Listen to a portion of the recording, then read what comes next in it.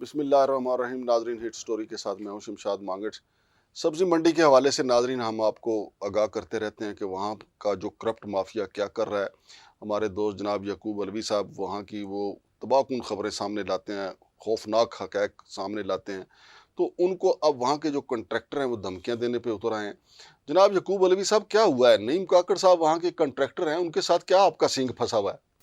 مانگڑ صاحب، thank you very much. آپ نے مجھے اپنے پروگرام میں بلایا اور مجھے بات چیت کرنے کا موقع دیا ناظرین کے ساتھ. سر، بات یہ ہے کہ میں آپ کو پتہ ہی ہے، سارے لوگوں کو پتہ ہے کہ منڈی کے حوالے سے میں ایک طویل عرصے سے میری ریسرچ ہے اور میں طوفان کن خبریں سامنے لاتا رہتا ہوں. یہ جو کاکڑ صاحب ہیں، یہ پچھلے 12 سال سے منڈی کے سارے وسائل کے اوپر قابض ہیں. ان کے پاس سر انٹری فیس کا ٹھیکہ 12 کروڑ روپے کا ہے، ہتھ ریڑھی کا ٹھیکہ 2.25 کروڑ روپے کا ہے، لیٹرینوں کا ٹھیکہ وہ بھی لاکھوں روپے کا ہے. اور انہوں نے ایک چھوٹا سا ٹھیکہ تھا پرائس ڈسٹریبیوشن کا، روزانہ کی بنیاد پر. یہ کوئی قادری صاحب تھے، ان کی وفات ہو گئی، ان کا بیٹا تھا، وہ بس بچہ ہے ابھی، اس کو پتہ نہیں ہے. تو ان لوگوں نے اس سارے وسائل پر قابض گروہ نے یہ پسند نہیں کیا کہ اس بچے کی روزی روٹی بھی چلتی رہے. وہ ٹھیکہ بھی انہوں نے بددیانتی کے ساتھ، Ghufran Shahzad deputy director agriculture کی بددیانتی سے وہ ٹھیکہ بھی ہتھیا لیا.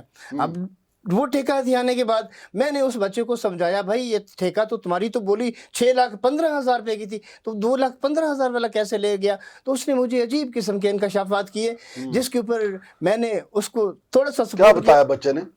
بچے نے مجھے کہا، جی میرا NTN سرٹیفکیٹ میں نے جو جمع کروایا انہوں نے میری فائل سے کھسکا دیا. میرے NTN سرٹیفکیٹ کھسکوانے کے بعد انہوں نے ٹیکنیکل طریقے سے مجھے نااہل قرار دے دیا کہ آپ بولی میں شامل ہی نہیں ہو سکتے. تو مجھے تو پتہ نہیں چلا، حالانکہ وہ ظفر صاحب کوئی سیکرٹری تھے، یہاں سے اب نہیں ہے، سابق سیکرٹری ہیں. انہوں نے دانستہ اس لڑکے کو دھوکہ دیا، اس کا سرٹیفکیٹ نکالا اور ٹھیکہ ان لوگوں کے ساتھ انہوں نے ٹرانسفر کر دیا. نہیں اپنا یعقوب علوی صاحب، یہ پاکستان ہے، یہاں پہ اس قسم کی دھاندلیاں عام ہوتی ہیں. جو CDA کے ٹینڈر ہوتے ہیں، سبزی منڈی کے ٹینڈر ہوتے ہیں، PWD کے ٹینڈر، NHA کے ٹینڈر، اس میں جن کو نہیں دینا ہوتا تو ان کے نکال دیتے ہیں یا کوئی ایسا آبجیکشن لگا دیتے ہیں، جس طرح اس بچے کے ساتھ ہوا ہے. یار یہ بتائیں کہ نعیم کاکڑ صاحب آپ کہہ رہے ہیں 12 سال سے مسلط ہیں، کس نے مسلط کیا ہے؟ سر ملی بھگت ہے، سر ملی بھگت ہے. کس کے ساتھ ملے گا؟ ان کے تعلقات ہوتے ہیں، اور اس کی ملی بھگت، یہ جو Ghufran Shahzad deputy director agriculture ہے، یہ کرپشن کنگ ہے. یہ اب تو وہ نہیں ہے نا، اب وہ نہیں ہے، لیکن پس پردہ اب بھی اس کی سپورٹ کر رہا ہے. سر اس کے پاکستان بھر میں ٹھیکے چل رہے ہیں نعیم کاکڑ صاحب کے، اسلام آباد میں بھی اس کے، CDA میں بھی اس کے ٹھیکے ہیں.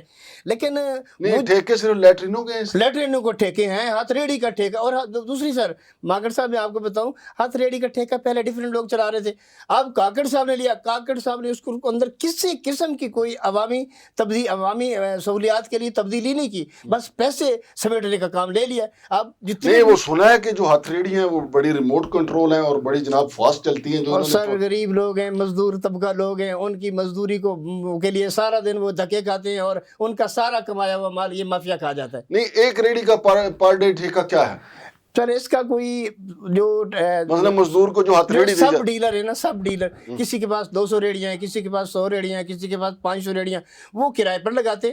وہ کچھ میں صحیح اس کے جو وہ ادا تو نہیں بتا سکوں گا، لیکن یہ ہے کہ یہ سارا مال، ساری مزدوری محنت کا طبقے کی. بہرحال اس سٹوری پہ کام ہونا چاہیے کہ جو ہاتھ ریڑھی کا ٹھیکہ ہے وہ کس طریقے سے تقسیم ہوتا ہے، ٹھیکیداروں سے نعیم کاکڑ صاحب کیسے لیتے ہیں، اور کیا یہ درست ہے کہ نعیم کاکڑ صاحب وزیر اعظم انوار اللہ کاکڑ صاحب کے قریبی عزیز ہیں؟ یہ درست ہے؟ یہ تاثر دیا جاتا ہے سبزی منڈی میں؟ کاکڑ والا سر جو ہے سسٹم، یہ ملتا جلتا ہے.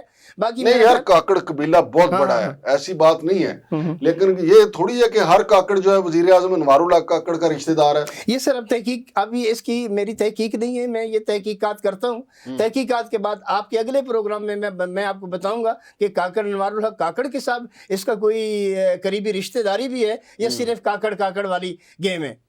اور اچھا دوسرا یار، یہ سبزی منڈی میں جو مزدوروں کا وہ معاملات ہوئے تھے، وہ کوئی رپورٹ آئی ہے سامنے جو مزدوروں سے 1.25 لاکھ روپے لے کے سر وہ کاکڑ صاحب، سوری مانگڑ صاحب، وہ انتہائی دلگداز کہانی ہے، وہ اس کیا کا ہے؟ کوئی سیرا پیرا نہیں نکل رہا۔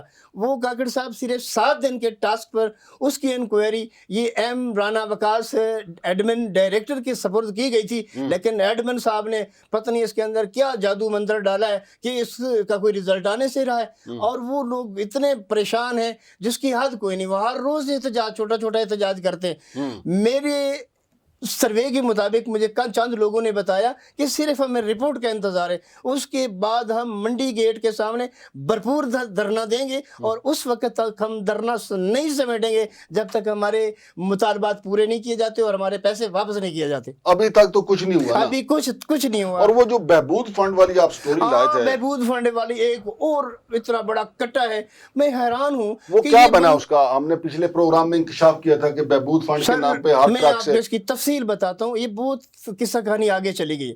جب میں نے اس کے انکشاف کے بعد ویس کی جو ذمہ دار ہے مہرین بلوچ صاحبہ، اس سے تذکرہ کیا تو انہوں نے مجھے فرمایا الوی صاحب اس کا جو فلاحی ادارہ ہے وہ 4 دسمبر 2021 سے کینسل ہے، اس کا ہمارے پاس کوئی ریکارڈ نہیں ہے۔ اب اگر کوئی فلاحی ادارہ رجسٹرڈ ہونا چاہتا ہے آئی سی ٹی کے ساتھ، وفاقی دارالحکومت کے ساتھ، تو اس کو دوبارہ سے پروسیس کروانا پڑے گا۔ ہمارے پاس لوگ آ رہے ہیں، ہم ان کی اپلیکیشنز لے رہے ہیں، اور جب پروسیس ہو جائے گا تو ہم ان کو اناؤنس بھی کریں گے، پبلک بھی کریں گے، اور ان کا چیک اپ بھی رکھیں گے۔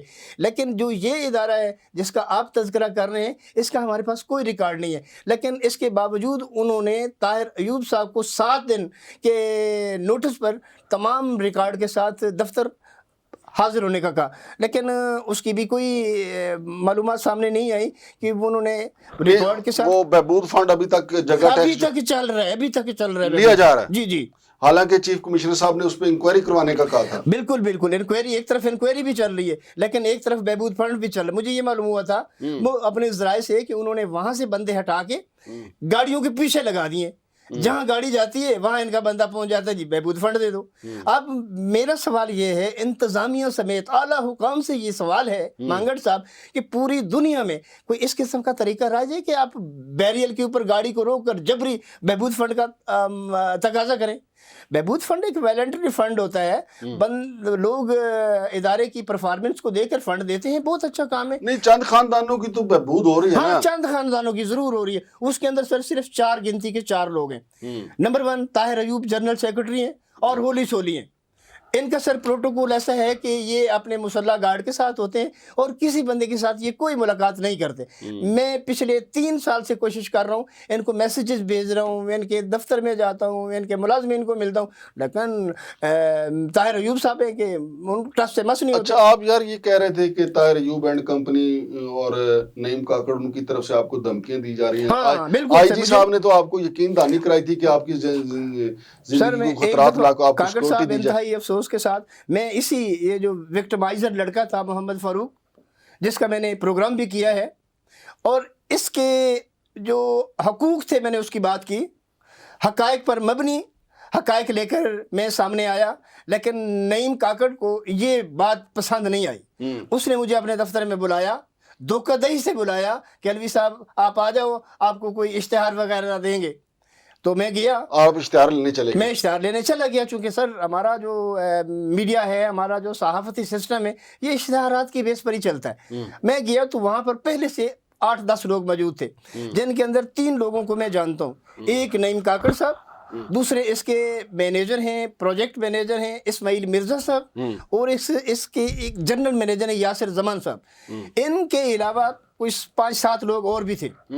اب میرے داخلے کے بعد صرف چند منٹ کے بعد ان سب نے مل کر مجھ پر دعویٰ بول دیا۔ یہ کب کی بات ہے؟ یہ سر چند دن پہلے کی بات ہے۔ مجھے مارا آپ کو؟ ہاں جی، مجھے مارا، مجھے شدید زخمی کیا اور غلیظ گالیاں دیں۔ میں اس وقت میں نے احتجاج نہیں کیا، مذمت نہیں کی کہ میں 10 بندوں کے سامنے میں 8-10 بندوں کے سامنے میں کیا کر سکتا تھا۔ آخرکار انہوں نے مار پیٹ کے مجھے غلیظ گالیوں کے ساتھ اپنے دفتر سے دھکے دے کر باہر نکال دیا اور کہا جاؤ جو کرنا ہے کر لو۔ پھر آپ تھانے گئے، سبزی منڈی کو درخواست دی؟ سر میں بہت مضروب تھا،